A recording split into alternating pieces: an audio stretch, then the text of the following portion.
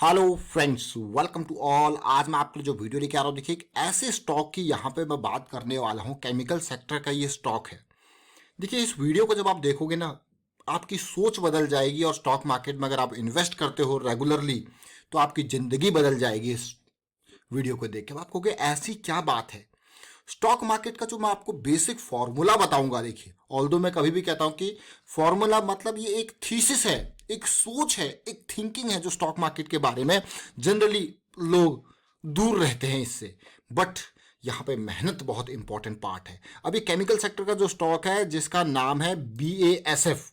क्या नाम है इसका? BASF।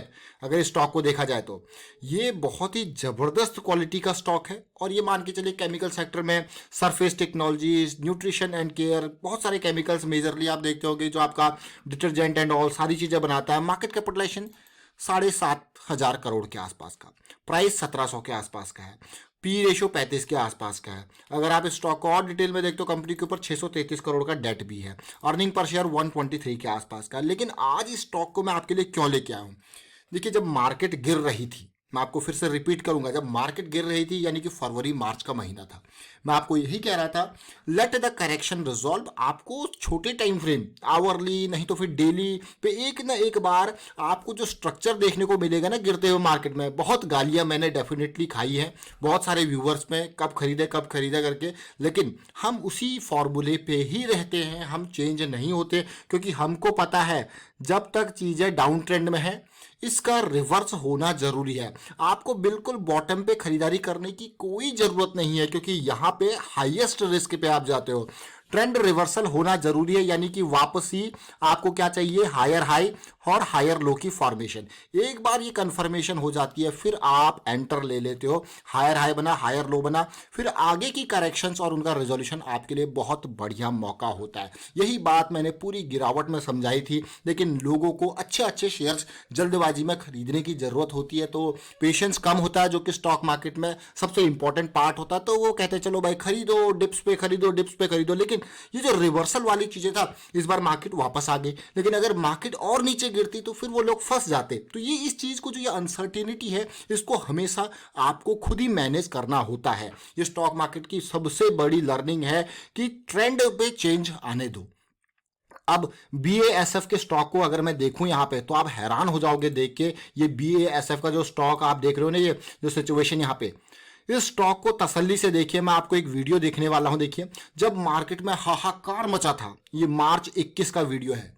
मार्च 21 का वीडियो, जब मार्केट में हाहाकार मचा था, सारे स्टॉक्स गिर रहे थे, क्योंकि 23 मार्च से रिवर्सल स्टार्ट हुआ था। लेकिन हमने यहाँ पे जो वीडियो क्रिएट किया था, सारे शेयर्स गिर रहे हैं लेकिन ये शेयर भागने के लिए रेडी है।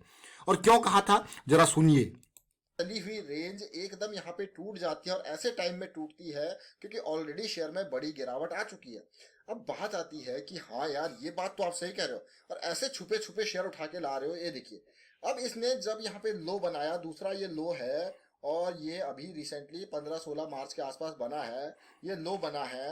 अब ये हायर लो बना है। अब हायर लो जब ये बना है, अब ये शेयर ऊपर को जा रहा है, अब ये बनाएगा हायर हाई 1200 के लेवल को पार करके। सही समझिए।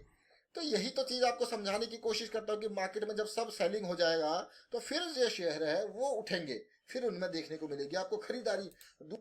तो आपने देखा, ये मार्च 21 का वीडियो है। मैं डिस्क्रिप्शन में लिंक जरूर दूंगा और ऊपर आई बटन पे भी इसका लिंक आपको देखने को मिलेगा। तो देखिए, समझिए, ये बेसिक्स हैं। मार्केट में कोई रॉकेट साइंस नहीं है। Just you need to observe, you need to follow the trend and always go with the risk management. This is the basic thing. तो यही मैं आपको कह रहा हूं। और डेफिनेटली मैं आपको क्लियर कट कह सकता हूं, मैंने यहाँ पे मार्च से लेके मई के महीने में बहुत लोगों ने कहा कब खरीदें कब खरीदें, कैसी सिचुएशन में। आपको एक बार बार कह रहा था कि लेट द करेक्शन रिजॉल्व। देखो, आप अपने टाइम फ्रेम के हिसाब से देखो। अगर आपका डेली का टाइम फ्रेम है, क्या वहां पे दोबारा हायर हाई हायर लो का स्ट्रक्चर बन चुका है?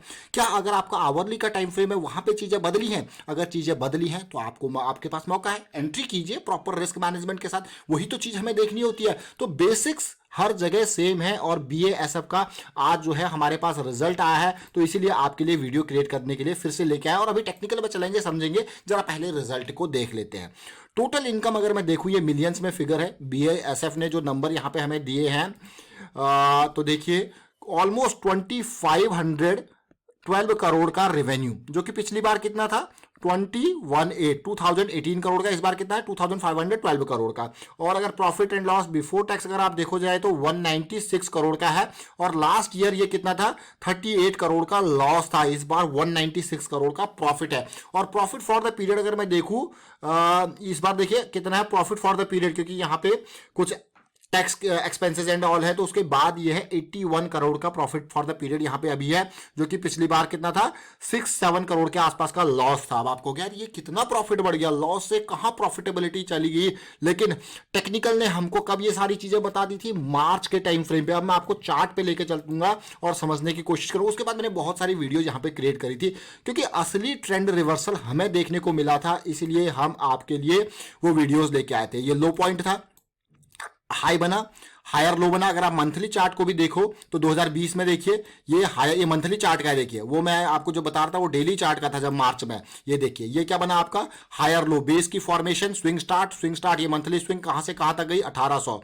उसके बाद फिर से अभी याद रखें, now what is the thing, the correction resolution is in progress. और जैसी ये देखिए करेक्शन धीरे धीरे करके पॉजिटिविटी आप देख पा रहे होगे, और ऐसा रिजल्ट के बाद मुझे लगता है अभी 1700 से इसका अगला सफर जो है 2400 तक है।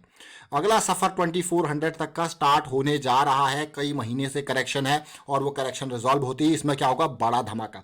और दूसरी इंपॉर्टेंट बात, जब बाइंग होती है तो टावर्स देखिए, जब छोटी करेक्शन होती है तो टावर्स देखिए, खत्म बिल्कुल। यही इंपॉर्टेंट वॉल्यूम भाई, ये जो टेक्निकल एनालिसिस है ना, ये रिटेल इन्वेस्टर के लिए सबसे बड़ा हथियार है। अगर आप रिस्क मैनेजमेंट के साथ चलोगे स्टॉक मार्केट में तो you are not a retail investor, you are मैं कहूँगा प्रोफेशनल इन्वेस्टर। समझ लीजिए इस बात को, प्रोफेशनल इन्वेस्टर की तरह जाइए, सोचिए। 1 रुपया भी लगा रहे हो then also you need to think about the risk management thing. ये कड़वी सच्चाई है जो मैं बार बार आपको कहता हूँ, क्योंकि भाई हम तो रिटेल इन्वेस्टर के पूरे मैं कहूँगा फुल तरीके से उसको ये कहते हैं कि समझाते हैं अवेयरनेस रिस्क मैनेजमेंट के बारे में। Stock market investment are subject to market risk. हमारा सबसे पहला गोल होना चाहिए कि हम किस हिसाब से रिस्क को मैनेज कर रहे हैं। एंड नाउ सी, आपका अगला टारगेट कहाँ है 2000 का। अगर कोई नया फ्रेश यहाँ पे एंट्री कर रहा है उसका स्टॉप लॉस क्या है, ये लेवल अगर मंथली के हिसाब से चलता है तो चलते हैं छोटे टाइम फ्रेम यानी कि वीकली पे समझने की कोशिश करते हैं।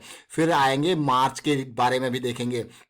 देखिए जरा सिचुएशन, अगर वीकली को भी आप देखते हो तो ये हाई की फॉर्मेशन हो गई थी पहली स्टार्टिंग में ही, और उसके बाद क्या हुआ करेक्शन आया, ये आपका हायर लो बना, और फिर उसके बाद क्या आई तेजी। और ये देखिए ये जैसे ही 1200 का लेवल क्लियर हुआ, ये 1200 का बहुत इंपॉर्टेंट पार्ट क्लियर होते ही सीधे स्टॉक गया कहाँ तक गया देखिए। और इस स्टॉक का अभी रिसेंटली फिर से हम वीडियो लेके आए थे, और उसके बाद अब देखिए इन लेवल्स पे जैसे जैसे करेक्शन आ रही थी, करेक्शन आई और रेजोल्यूशन मुझे बेहतरीन लग रहा है। अगर कोई जैसे मैंने आपको कहा कि फ्रेश एंट्री चाह रहा है वीकली और मंथली के बेसिस पे, उसका स्टॉप लॉस ये लेवल्स उसके स्टॉप लॉसेस हैं। तो फ्रेश एंट्री और कहाँ रुकेगा 2400 है भाई अगली रुकावट। बुलिश क्रॉस बन चुका है, बुलिश क्रॉस के बाद एक करेक्शन, 2 करेक्शन और अभी फ्लैट करेक्शन। इसके रिजोल्यूशन होते ही बड़ी रैली आपको देखने को मिल सकती है स्टॉक में, तो तैयार रहें। बड़ी रैली कहाँ लेके जाएगी, सबसे अच्छी बात मुझे ये लगी इस स्टॉक ने 200 SMA वीकली को पार कर लिया है। अब एक बार 200 SMA पार हो जाता है तो ये क्या काम करता है सपोर्ट का, और जब प्राइस इससे नीचे रहता है तो ये क्या काम करता है रेजिस्टेंस का। इस चीज को याद रखें, प्राइस नीचे है तो ये रेजिस्टेंस का काम करेगा, आप ये क्लियरली देख सकते हो। देखिए प्राइस इससे ऊपर चला गया तो फिर इसका काम हो जाता है सपोर्ट का, और ये बहुत ही स्ट्रॉन्ग सपोर्ट होता है। और अगर मैं डेली टाइम फ्रेम पे आपको लेके चलूँ जिसकी हम बात कर रहे थे मार्च के लेवल पे, ये देखिए ऐसी सिचुएशन हमें देखने को मिल रही थी कि भैया ये चीज़ें पार होगी, 1200 का लेवल पार होगा।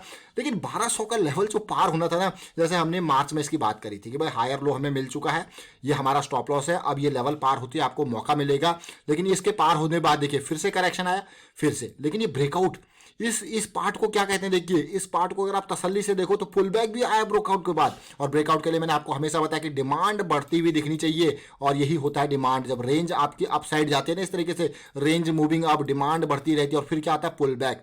तो ये सारी छोटी छोटी चीज़ें जरूर है, चाहे आप इसको बुलिश क्रॉस के बाद की करेक्शन कहो। और एक बार मैंने आपको बताया क्या कि एक बार प्राइस 200 को पार कर ले फिर 200 क्या करता है, 200 के इर्द गिर्द ही सपोर्ट मिला करता है। देख सकते हो आप 200 को प्राइस ने पार किया, फिर ये सपोर्ट का काम करेगा। मतलब अगर ये सपोर्ट का काम करेगा तो फिर शेयर जो है वो अप ट्रेंड में आ चुका है, ये समझ लो। तो ओवरऑल पिक्चर आपने देखी, और अभी फिलहाल जो है दोबारा से रिजल्ट आपने देखा, तो कहीं ना कहीं आने वाले टाइम पे जो सफर है वो 2400 का या फिर उसके पार भी जाने वाला, और केमिकल सेक्टर का ये जबरदस्त स्टॉक। तो फिलहाल वाइंड अप करता हूँ इस वीडियो को। उम्मीद करता हूँ वीडियो आपको अच्छा लगा होगा, अच्छा लगा तो शेयर जरूर कीजिए, लाइक कीजिए, चैनल सब्सक्राइब नहीं किया तो जल्दी से सब्सक्राइब कर ले और साथ के साथ बेल आइकन को प्रेस कर ले जिससे आपको नोटिफिकेशन आती रहेगी। Thank you for watching the video.